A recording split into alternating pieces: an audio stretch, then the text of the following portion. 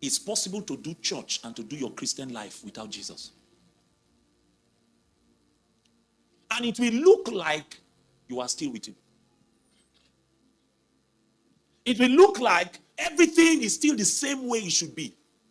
I go around, just this weekend I came back from a long trip in the Southeast, began on Saturday, came back on Sunday evening. I meet young people. Sometimes people cry in meetings. They cry.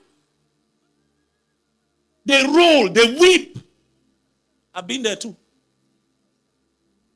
I remember one meeting back on campus. It was a worship meeting. Powerful that night. I still remember what I was wearing. I remember the jeans. I remember the t-shirt. I rolled on the floor crying. Anybody that would have seen me that day would have said, "Kai, how he loves Jesus." In fact, as I was walking to my hostel, I was skipping, singing sweet songs to the one whom my heart loves. But I got to the hostel. I was staying in what you call a semi-self-contained. It's 2 rooms. Those people in Delta State University will know that place. It's Emu Hostel. Anybody from Delsu? Abraka? Emu Hostel. They call it semi-self-contained. So 2 rooms sharing toilet, kitchen, and bathroom. So in our own room, we were 4 brothers, 3 brothers. In their own room, there were 3 sisters, girls. Not family related, but 3 girls were staying here, 3 boys were staying here. Me and my roommates, her and her roommates. And meanwhile, one of the girls in that room, I had noticed over a period that I had begun to have a reaction towards her. And I was fighting it in the place of prayer. That day that I came back from worship, as I was about to climb the stairs to enter the room, I noticed her room door open. And there was light.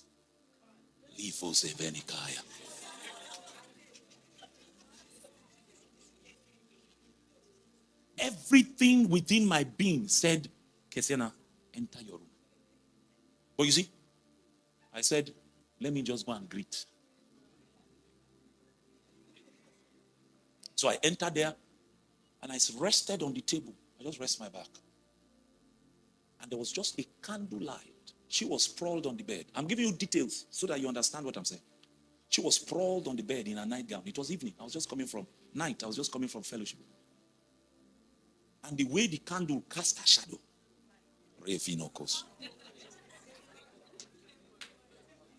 You see, before you judge David, make sure you can survive what he survived.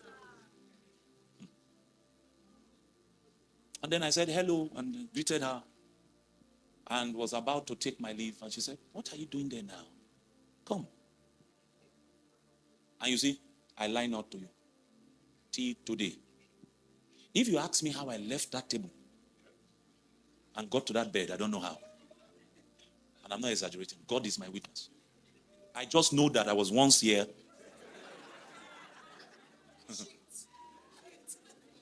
And I found myself there. But that's not the whole story. At this time, I was already leading morning devotions in that hostel. Yes. 5, 6 a.m., I'm the one on the field. Crowds gather. They knew me as a man of God. It was during when I lead morning devotions that they knew that people could cry in morning devotions. I taught morning devotions and cultists. I was a cultist myself before I got saved, before I rededicated my life. I saw confront people come and meet me in the room and say, "Kai, what you said today."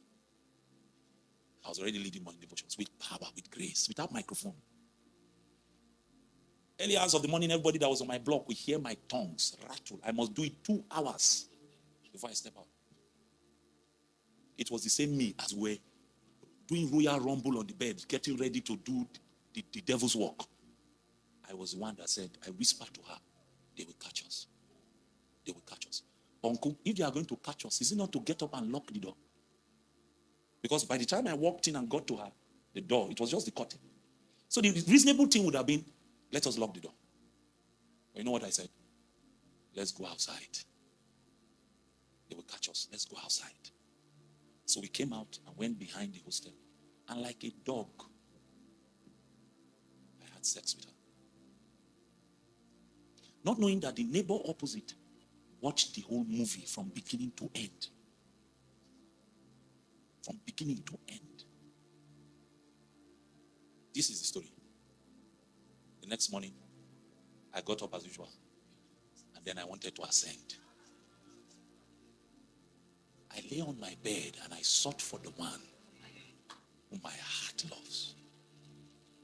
And I found him not. I tried. Cool. Normally, this is the way God designed my walk with him. If I start praying here, I can shut you out for 4 hours. And it will come like oil. My transitions are smooth. They are quick. Except there's something troubling me. Smooth, quick. I tried. I couldn't break through. Then the brother from the other room just came, opened the curtain and said, Kai, Pastor, you're too much.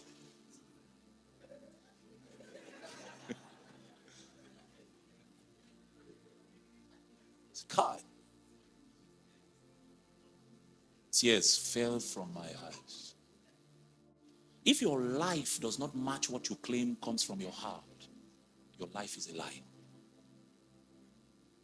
And you see, I find out, especially amongst young people, our living is a lie. We claim to love the bridegroom, but it is not him we love. We love his activities. We're in love in singing songs of ascension, but we don't love him. His presence has not become valuable to us to the point where anything that fights our intimacy with God, we now treat as an enemy.